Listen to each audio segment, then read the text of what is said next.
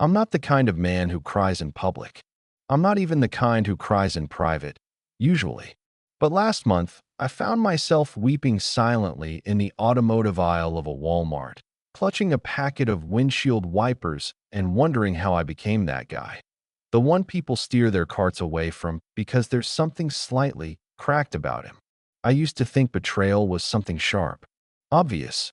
A lipstick stain, a suspicious hotel charge, a guilty look that doesn't match the lie. What I never imagined is that betrayal could come wrapped in canvas cloth, printed with the phrase between the covers, and masked as book club chatter about Austen, Bronte, and the thematic complexities of Madame Bovary. I am Bruce, 42, formerly married, currently unwell. Catherine, my wife of 6 years, said she joined a book club, something to keep her stimulated intellectually. She started coming home flushed and breathless, talking about character arcs and group dynamics. I was happy for her. I thought she'd finally found her people. Turns out, she found a swingers league. And not just any swingers league. They call themselves the Spine Breakers. I found out when I opened what I thought was her copy of Pride and Prejudice. A condom fell out, and a handwritten grade card. I still remember the feeling in my chest, like a rib had caved in. Like I was the one being broken. I don't know what hurts more, that she did it, or that she did it so creatively. It started slow, not a bang, but a hum, like a strange appliance running in another room you can't quite locate. Something was off, but not enough to confront, just enough to notice. Catherine began humming around the house again. That was the first thing. She hadn't hummed in years, not since our second anniversary trip when we got food poisoning from a fondue bar in Tahoe. Suddenly, she was humming Debussy in the kitchen while making tea. Not singing, just humming, like she had a private score playing in her head. Then it was the tote bag. Canvas. Cream-colored. Big, like she was preparing to smuggle bricks out of the library. It had a quote on it. Books, the only thing better than reality. I didn't question it. I didn't question most things, because questioning felt too close to doubting, and doubting felt like failure. She'd head out every Wednesday around 6. Always freshly showered. Always lip balm, never lipstick. She'd say, "Don't wait up, baby. The girls might spiral into another Hemingway fight." She had this fake innocent laugh she'd do when she said stuff like that. I called it her diplomatic chuckle. At the time, I thought it was just her way of letting go, being around friends who didn't care if she quoted the wrong Bronte sister. I was glad for her. She'd come back late. Not suspiciously late, just late enough to be believable. 10:30, sometimes 11. One night, it was nearly midnight, and when I asked if everything was okay, she kissed my forehead and said, "God, you're so sweet." We just lost track of time discussing Anna Karenina. You know how that goes. I don't, but I nodded like I did. After that, things started showing up around the house. A second bottle of lube appeared in our bathroom cabinet. A scented candle that smelled like smoked leather and something vaguely floral and sweaty. She said it was called Desire Path. I didn't know what that meant. I still don't. There were bruises. Small ones. On her hips, the back of her arms, her collarbone. I asked once, playfully, "Did you get in a bar fight at book club?" And she just smirked and said, "You'd be surprised." She started calling Wednesdays her real nights. I remember that phrase. She used it once while setting the table. She said, "Ugh, it's only Tuesday? I just want it to be Wednesday already. That's my real night." That phrase stayed with me. Real night. What did that make the rest of the week? And then there were the books themselves. Always pristine. Too pristine. Her copy of The Bell Jar looked like it had never been opened. Yet she'd reference it constantly, like she'd memorized entire passages. I once pulled out Beloved and tried to talk about a scene she'd praised. And she looked at me blankly, blinked twice, changed the subject. I still didn't see it.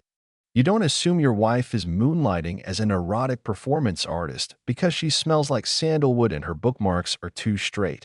But the signs were there. The hum, the bruises, the real night, the mint condition classics. And that damn tote bag. which I later learned had a double lining, a hidden pocket for accessories. It's easy to connect the dots once you already know the shape they're making. But back then, I just thought she loved books. We met at a wine and paint night. Yes, one of those. A Groupon thing.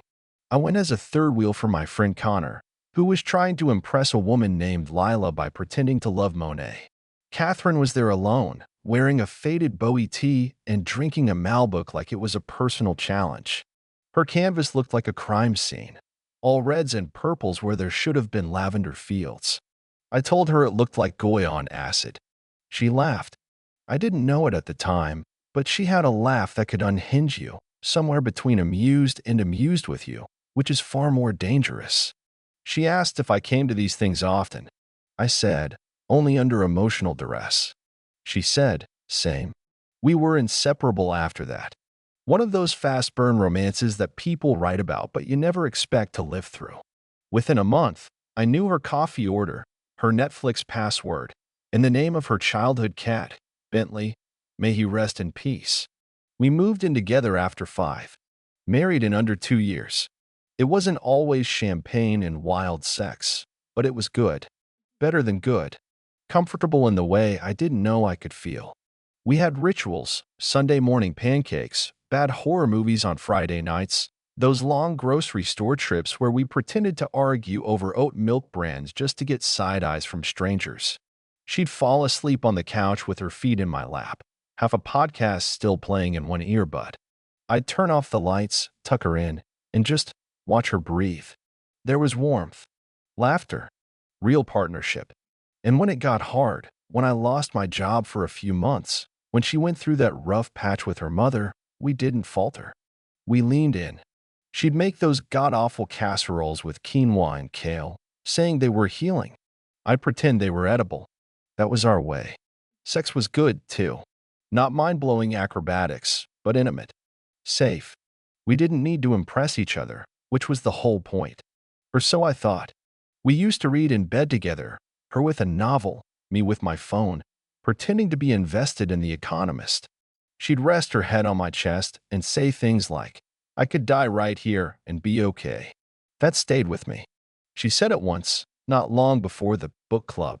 We were watching a thunderstorm roll across the sky through the bedroom window. She had a glass of wine. I had her hand in mine. She leaned her head on my shoulder and whispered it. I could die right here and be okay. And I remember thinking, me too. Which is why, months later, when I opened Pride and Prejudice and that damn condom slipped out like a dropped secret, it wasn't just betrayal I felt. It was confusion. Because how do you go from that, from I could die here and be okay, to the spine breakers? How do you lose someone when you never stopped holding them? I didn't know it then, but the answer was coming. And it would arrive wearing a velvet bookmark and a smirk. It was a Tuesday afternoon. I remember that because it was raining and Catherine hated the rain, she said it made her feel like she was slowly dissolving. She had left for work that morning wearing heels she swore she couldn't walk in, and carrying her usual book club tote, which she kissed before leaving as if it were a puppy or a secret she was fond of. I was home early that day, thanks to a burst pipe at the office. Came back, socks soaked, carrying a bag of microwavable pot pies and a mild headache. I walked into our place and immediately noticed it, the smell. Not bad. Not good either. Just wrong. Like citrus and sweat had a baby and forgot to raise it. I followed the scent. Like a dog, to the bedroom. Everything looked normal, bed made, pillows fluffed, Catherine's side of the nightstand stacked with unread novels she claimed to be between. I spotted her tote bag sitting in the corner like it was mocking me. Out of some idle curiosity, or maybe boredom, I picked it up. Heavy. Heavier than a book club bag should be. I unzipped it. Inside was a novel, Pride and Prejudice, leather-bound, immaculate. No bookmarks. No highlighter marks. No bent pages. Suspicious, right? Catherine was a chronic page folder. She believed bookmarks were for people who didn't commit. So I opened the book. Page 142. Something fell out and bounced onto the bedspread. A condom. Not in a wrapper. Just a rogue, used but clean, banana-scented condom, followed by something else, a handwritten card. White cardstock. Fancy. Gold embossed edges. On the front, performance review. Week 9. I blinked. Sat down. Read it. It had categories. Stamina, 9/10. Imagination, 8.5 out of 10. Safe word recall, exceptional. Under partner notes, someone had written in careful, swirly handwriting. Catherine remains a star player. Brought flavored whipped cream. Displayed advanced rope technique. Commended for group enthusiasm. There was a sticker. A literal gold star. I just sat there, holding this sex report card, while the rain tapped on the window like a polite reminder that reality was not a reliable narrator. I didn't move, didn't speak. I just turned the pages of the book slowly, as if more clues might tumble out, maybe a mini flogger or a scented blindfold. But no, just paper. Until I hit the back flap. There, taped discreetly, was a pamphlet. Glossy. Titled The Spine Breakers, a Fellowship of the Flesh and the Literary. It looked like a cross between a newsletter and a cruise brochure. It had a mission statement. Arousal through Austen. Discipline through Dickens. Release through Rushdie. My brain could not process it. So instead of reacting like a human being, I made tea. I sat in the kitchen, drank Earl Grey, and read the entire pamphlet like it was homework. I learned about weekly themes, bondage and the Brownies, Tolstoy's taboos, Shakespearean safe words. There was a calendar with events like kink and Kafka and Cervantes and cervixes. I flipped to the back page. A group photo. Faces blurred, but one unmistakably Catherine, wearing a mask. Yes, but with that birthmark near her collarbone, standing front row, holding a riding crop and grinning like a woman who had finally found her book club. That was when the kettle screamed. And so did I. But not loudly. Not dramatically. Just one sharp, wounded noise, like a man who opened a love story and got slapped in the face with a group orgy instead. Even then, I wasn't sure what I'd found. Was this a joke? A game? Some elaborate bachelorette-themed roleplay? I didn't know. But deep down, beneath the denial, I knew one thing with chilling clarity. This was not about books. And Catherine was not who I thought she was. I tried to gaslight myself at first. I told myself maybe it was just performance art. Maybe the condom was a joke, the grade card an elaborate inside gag from her girls. Maybe the Spine Breakers was a real literary collective with a deeply unfortunate marketing team. I told myself all of that, right up until Thursday. That's when the Bluetooth betrayed her. I had just come home from work. Catherine's tote bag was on the couch, unzipped this time. Her copy of Lady Chatterley's Lover peeking out like it had just seen things. I went to pair my headphones to our shared speaker, and that's when I saw it. Her phone was still connected. She was at yoga, allegedly, but her phone was at home, and I could see the open tabs on the speaker's connected display because she'd been playing a podcast before she left, except it wasn't a podcast. It was a recording, an audio file titled Spinebreakers_session09_mirror room. Against my better judgment, because of course, better judgment had long since left the building, I pressed play. The first thing I heard was music, some kind of jazzy lounge beat, accompanied by what I swear were the opening lines of Wuthering Heights, except moaned. Then there were voices. Too many voices. Moaning, laughing, breathy Shakespearean roleplay. Someone said, "Thou art a naughty knave, Henry," and someone else responded with a whip crack and a barked, "Recite thy sonnet, slut." I paused it there, not because I needed a break, because I recognized the voice. It was Catherine, calm, controlled, confident in a way I'd never heard in our bedroom. She was directing the whole thing like a theater major on a power trip. "You lie down. Act 2 begins now." Someone said, "Yes, Mistress Page." And she purred, "Very good. Remember, only safe words are canon." I turned it off. I paced. I tried breathing, but I was choking on the absurdity of it all. Then I looked down at the speaker and saw the next file queued up. Session 10_lesbians in the library. That was the moment it became impossible to deny. The tote bag, the mysterious bruises, the scented candle called Desire Path. The bruises shaped like question marks. They weren't random anymore. They were coordinates. A breadcrumb trail of erotically charged misdirection. I started digging. Her calendar had blocked out time every Wednesday night. Book club. But the address she wrote next to it wasn't a bookstore or a friend's apartment. It was a Pilates studio, closed since the pandemic. I drove there, parked across the street, watched. 10 minutes past 6, cars pulled up, one after another. Women in blazers and boots. A man in suspenders carrying what I swear was a briefcase and a yoga mat. One woman wore a cape. I wish I were kidding. And then, Catherine. Leather jacket. Hair pinned up with what looked like a vintage bookmark. She rang the buzzer, gave a little wave to someone inside, and disappeared behind the door. 15 minutes later, the windows fogged up. They stayed that way for 2 hours. I didn't go in. I couldn't. I sat there in my car while the rain started again, staring at the fogged glass, knowing full well that somewhere inside, my wife was probably giving an enthusiastic performance of Othello with a dildo in one hand and a monocle in the other. And somehow, that was the clearest she had ever been to me. Every lie suddenly made perfect sense. The perfume that lingered when she came home wasn't floral, it was people. The sudden interest in rope knots she blamed on Pinterest. The bookmarks, she said, were gifts, little tags with numbers and initials scrawled on the back. They weren't for chapters. They were for partners. The final nail?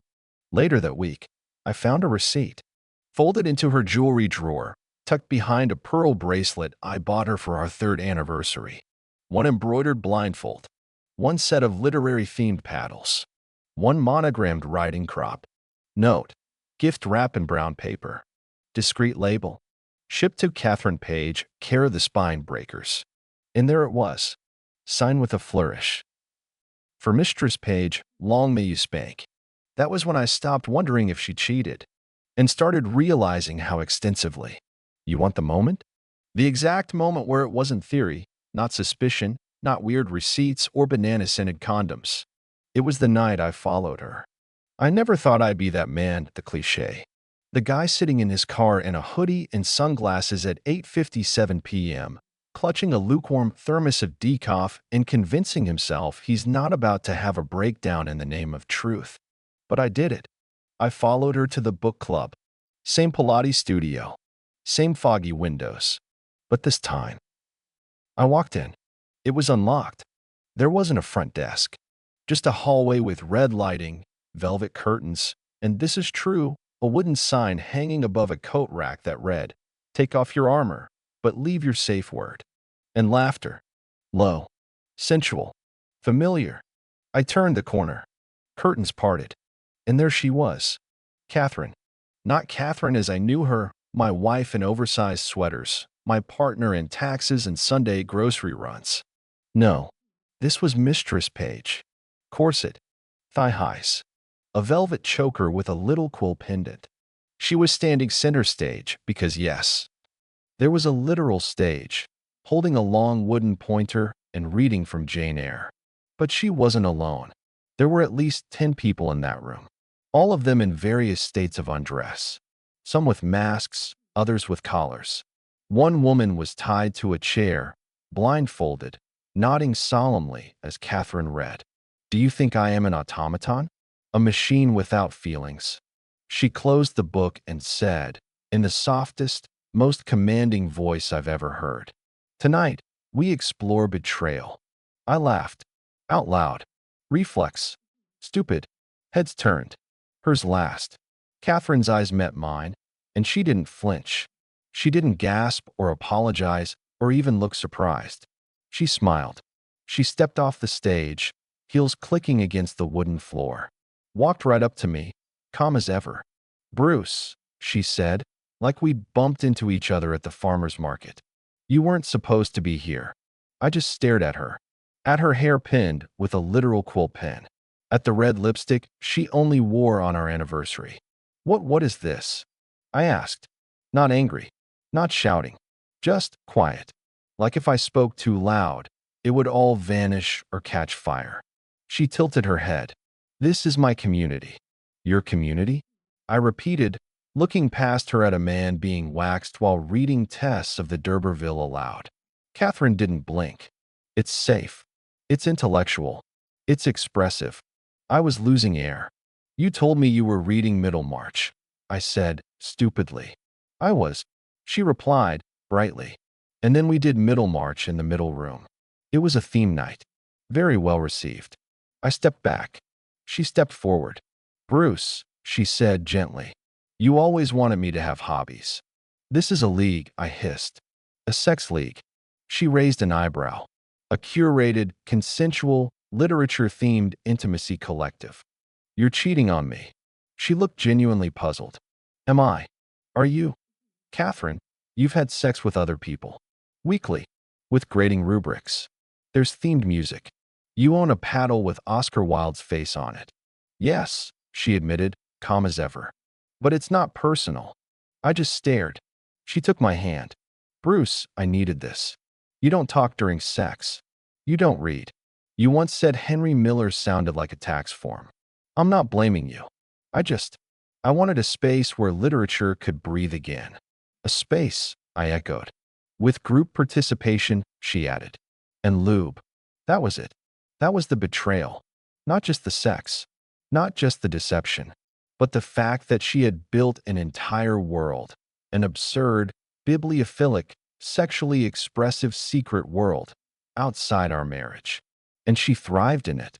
While I sat at home thinking she was sipping Chardonnay and debating Jane Austen's feminism, she was handcuffing a retired school principal for misquoting Macbeth. It wasn't that she was unfaithful. It's that she was alive, and I had no idea. No clue what she wanted. No space in her wild, performative new life. The moment I realized that, the betrayal crystallized. It wasn't a singular act. It was a play. A long, meticulously directed production I hadn't even been cast in. I didn't storm out. That would have made it dramatic, theatrical, like I was adding a final act to her ridiculous play. No, I just walked. Back down the red hallway. Past the coat rack with someone's feather boa slung over my jacket. Past the sign about armor and safe words. Past the front door that clicked shut behind me like the closing of a chapter. She didn't follow me. She didn't text that night. Or the next. The silence wasn't loud. It was intentional. Like we both understood there was no fight to be had. Just a quiet division. An understanding that something had split that could never be glued back with therapy or couples board games or sexless weekends at the lake house. We didn't scream at each other. We didn't plead. No crying on the bathroom floor. It was dignified in a way. Horribly civilized. We dissolved our marriage. She moved out 3 weeks later, into a co-op near a bookstore cafe. She said it had nicer light. I imagine it also had soundproof walls and space for literary floggers. We didn't divide the books. That part was unspoken. I left them all for her, even the ones I loved. Somehow I couldn't stand the sight of Catch 22 anymore without hearing moaning behind it. The cat stayed with me. Mr. Tumnus. He didn't ask questions, didn't judge me when I started sleeping on the couch and eating peanut butter out of the jar. He was the only one who still jumped on my lap like nothing had changed. Probably because he never cared which Bronte sister Catherine preferred.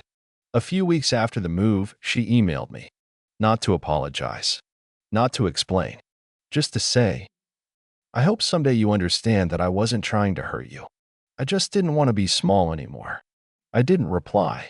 Not because I didn't have anything to say, but because she already knew it all. And truthfully, I didn't think I could compete with the man who brought an annotated Lolita to an orgy. As for the others, the league, they're still active. I know because I saw a flyer at my gym. The Spine Breakers, where boundaries end and books begin. New member night, BYOB, bring your own book. It had a QR code. I didn't scan it. 3 months in, still unraveling. Still hearing phrases like identity crisis and intimacy trauma and literary fetish displacement. But I'll tell you what, I read more now.